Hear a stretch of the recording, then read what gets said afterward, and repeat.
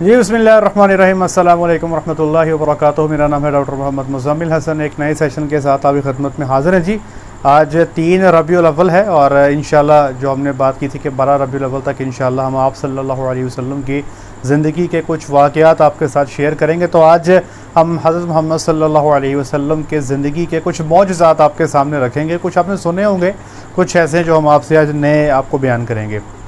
تو سب سے بڑا معجزہ آپ کہہ لیں گے یہی ہے کہ اللہ تعالیٰ نے قیامت تک کے لیے آپ صلی اللہ علیہ وسلم کے نام کو اپنے نام کے ساتھ اکٹھا کر دیا، جو کہ کبھی علیحدہ نہیں ہو سکتا، کیونکہ ختم نبوت کے بعد اب کوئی اور نبی دنیا میں نہیں آنے، تو جو ہمارا کلمہ ہے لا الہ الا اللہ محمد الرسول اللہ، کہ اللہ کا نام اور محمد صلی اللہ علیہ وسلم کا نام یہ اکٹھے ہو گئے ہیں۔ اب یہ تا قیامت یہ علیحدہ نہیں ہوں گے، تو اللہ تعالیٰ کی ذات کی محبت آپ صلی اللہ علیہ وسلم سے کہ یہ جو نام اکٹھے ہیں یہ تا قیامت یہ علیحدہ نہیں ہوں گے، ختم نبوت ہو چکی ہے۔ اچھا، اب ایک دفعہ آپ صلی اللہ علیہ وسلم باہر تشریف لے جاتے ہیں تو پیشاب کی حاجت ہوتی ہے، تو اس جگہ پر دیکھتے ہیں تو ان کو کوئی ایسی جگہ نظر نہیں آتی کہ جس کی اوٹ میں بیٹھ کے وہ حاجت سے فارغ ہوں، تو کچھ جھاڑیاں وہاں پہ نظر آتی ہیں، کوئی ادھر لگی ہوئی ہے، کوئی ادھر ہے، کوئی ادھر ہے، تو کوئی ادھر ہے۔ تو آپ صلی اللہ علیہ وسلم حضرت جابر رضی اللہ تعالیٰ عنہ کو ارشاد فرماتے ہیں کہ ان جھاڑیوں کو جا کر حکم کرو کہ اکٹھی ہو جائیں۔ آپ جاتے ہیں، جھاڑیوں کو بتاتے ہیں، تو جھاڑیاں ساری ارد گرد سے اکٹھی ہونا شروع ہو جاتی ہیں اور ایک بڑی سی جگہ بنا لیتی ہیں، اوٹ بنا دیتی ہیں۔ آپ صلی اللہ علیہ وسلم جیسے ہی حاجت سے فارغ ہوتے ہیں تو پھر دوبارہ اپنی اپنی جگہ پہ چلے جاتی ہیں۔ تو اللہ تعالیٰ نے آپ صلی اللہ علیہ وسلم کی جو نبوت ہے وہ جاندار چیزوں پہ بھی تھی اور بے جان چیزوں پہ بھی تھی۔ اچھا جی، ایک دفعہ آپ صلی اللہ علیہ وسلم، سردی کا موسم ہے جی، صحابہ کرام بیٹھے ہوئے ہیں اور ان سے پوچھتے ہیں، وہ صحابہ کرام کہتے ہیں جی ہمیں بھوک لگی ہوئی ہے۔ تو آپ صلی اللہ علیہ وسلم فرماتے ہیں کہ مجھے بھی بھوک لگی ہوئی ہے۔ تو وہاں پر حضرت عمر رضی اللہ تعالیٰ عنہ اور حضرت ابو بکر صدیق رضی اللہ تعالیٰ عنہ وہ بھی بیٹھے ہیں، ان کو بھی بھوک لگی ہے، سردی کا موسم ہے۔ تو آپ صلی اللہ علیہ وسلم حضرت عمر رضی اللہ تعالیٰ عنہ کو ارشاد فرماتے ہیں کہ آپ جائیں اور کھجور کے درخت سے آپ کہیں جا کے کہ کھجوریں جو ہے وہ دے دیں۔ اب آپ جانتے ہیں کہ سردی کے موسم میں کھجوریں نہیں ہوتی نا، تو اب حضرت عمر رضی اللہ تعالیٰ عنہ کے ایمان کا لیول دیکھیں کہ انہوں نے آپ صلی اللہ علیہ وسلم سے یہ عرض نہیں کی کہ سردی کا موسم میں کھجوریں کیسے آئیں گی، وہ بھاگ کے جاتے ہیں۔ اب یہاں پہ ایک آپ کو اور واقعہ جو ہے وہ اس کے ساتھ جوڑ کے سناتے ہیں کہ ایک دفعہ آپ صلی اللہ علیہ وسلم جو ہے وہ دیگ پکی ہوئی ہے اور باورچی سے کہتے ہیں کہ مجھے جو ہے بکرے کی دستی دو۔ آپ صلی اللہ علیہ وسلم کو بکرے کی دستی بہت پسند تھی، دستی کہتے ہیں اگلے بازو کو نا۔ آپ صلی اللہ علیہ وسلم وہ دستی جو ہے اس کو پورا کھاتے ہیں، پھر باورچی سے کہتے ہیں کہ ایک دستی اور دو، وہ جناب آپ کو دوسری دستی بھی دیگ سے نکال کے دیتا ہے۔ آپ صلی اللہ علیہ وسلم وہ دوسری دستی بھی کھا جاتے ہیں، پھر وہ کہتے ہیں کہ جی باورچی سے کہ دستی دو، تو وہ باورچی کہتا ہے آپ صلی اللہ علیہ وسلم سے کہ جی اے اللہ کے رسول، اس کی بکرے کی 2 ہی ٹانگیں ہوتی ہیں۔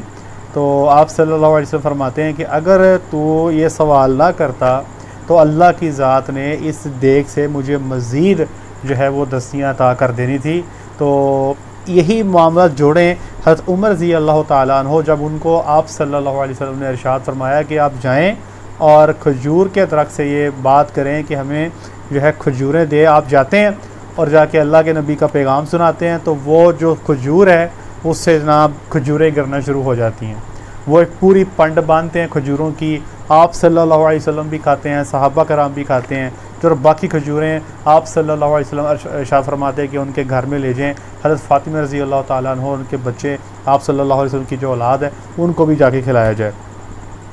اسی طرح ایک دفعہ آپ صلی اللہ علیہ وسلم تبوک سے سفر پہ آرام فرماتے ہیں، سو رہے ہیں کہ یکدم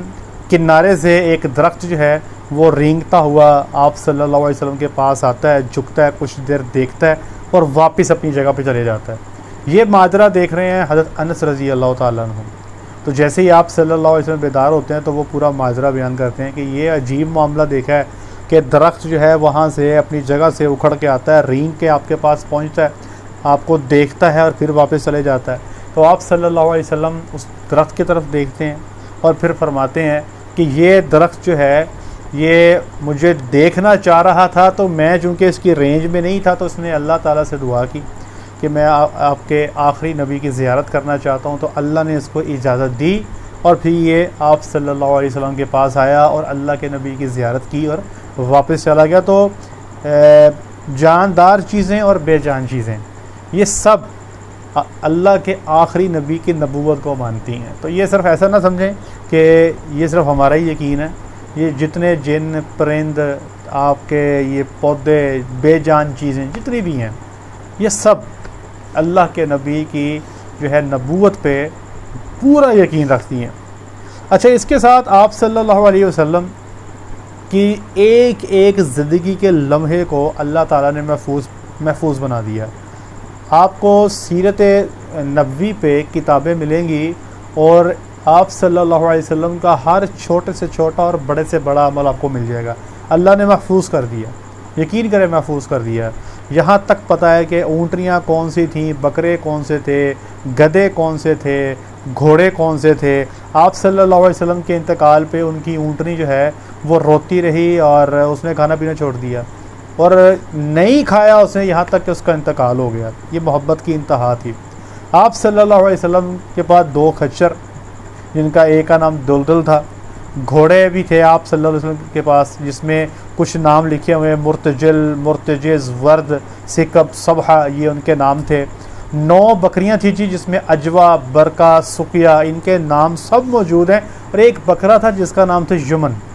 آج سے کئی سال پہلے ہم جب ایف ایس سی شاید کر رہے تھے تو ہم نے ایک بکرا پالا تھا جی، اور قربانی کے لیے رکھا تھا، تو ہم نے بھی اس کا نام یمن رکھا تھا، تو اس لیے مجھے یاد بھی ہے۔ تو یہ آپ صلی اللہ علیہ وسلم کا جو بکرا ہے اس کا نام تھا یمن۔ پھر آپ صلی اللہ علیہ وسلم کے پاس جو اونٹ تھا اس کا نام تھا عسکر، اور اونٹنیوں میں قصوہ، ازوا، ٹھیک ہے جی، شہبہ، جدع، یہ ان کے اونٹنیوں کے نام تھے۔ اب گدھے کے حوالے سے سنیں، آپ حیران ہو جائیں گے۔ آپ صلی اللہ علیہ وسلم کے پاس 2 گدھے بھی تھے، جس میں سے ایک کا نام تھا یافور۔ خیبر فتح ہوتا ہے تو مال غنیمت آتا ہے، اس میں کچھ جانور بھی آتے ہیں، تو گدھے جو ان میں سے اس مال غنیمت کے مال میں سے جانوروں میں سے ایک گدھا آگے آتا ہے جس کا نام ہے یافور۔ وہ آپ صلی اللہ علیہ وسلم کو فرماتا ہے کہ اے اللہ کے رسول، میں جیسے آپ نبیوں میں سب سے آخری ہیں، دیکھیں آپ کو چیزیں آپ صلی اللہ علیہ وسلم کی زندگی کے اندر یہ ایون کہ جانوروں نے بھی اس چیز کا اقرار کیا کہ آپ اللہ کے آخری نبی ہیں، آپ خاتم النبیین ہیں، آپ کے بعد نبی کوئی نہیں ہے، قیامت تک آپ کے بعد کوئی نبی نہیں ہوگا۔ تو وہ یافور کہتا ہے کہ اے اللہ کے رسول، جیسے آپ نبیوں میں آخری نبی ہیں اسی طرح میں اپنی نسلوں میں بھی آخری ہوں، تو میری گزارش ہے کہ آپ مجھے اپنی غلامی میں لے لیں۔ تو آپ صلی اللہ علیہ وسلم یافور کو اپنی غلامی میں لے لیتے ہیں، اور بعد میں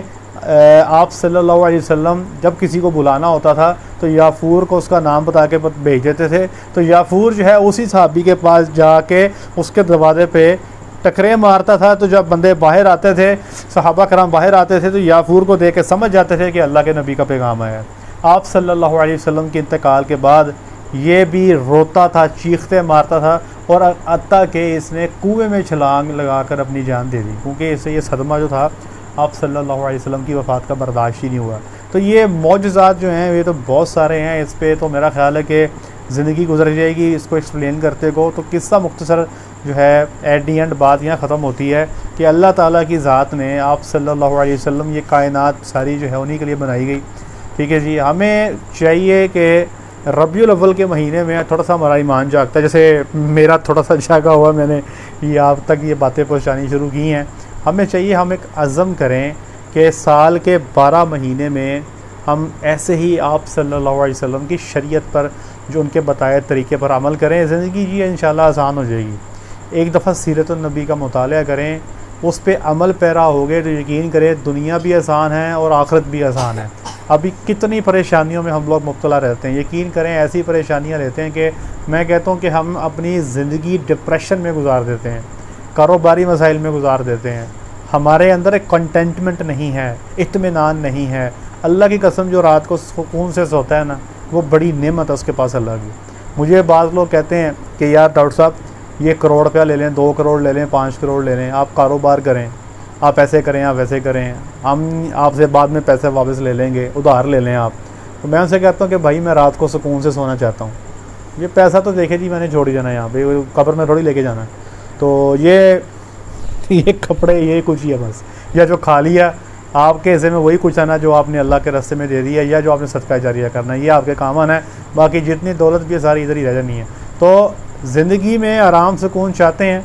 تو اللہ اور اس کے رسول کے راستے پہ چلیں. اللہ کی قسم زندگی اتنی آسان ہو جائے گی، آپ کو اطمینان مل جائے گا، سکون مل جائے گا. زندگی آپ کو یقین کریں مشکلات کے باوجود آپ کو ٹھنڈک ملے گی، آپ کو ایک آسانی کا احساس ضرور ملے گا انشاءاللہ. لے جی آج کے لیے اتنا ہی. اپنا خیال رکھیں، دعا میں یاد رکھیں، 5 وقت کی نماز ادا کریں. السلام علیکم.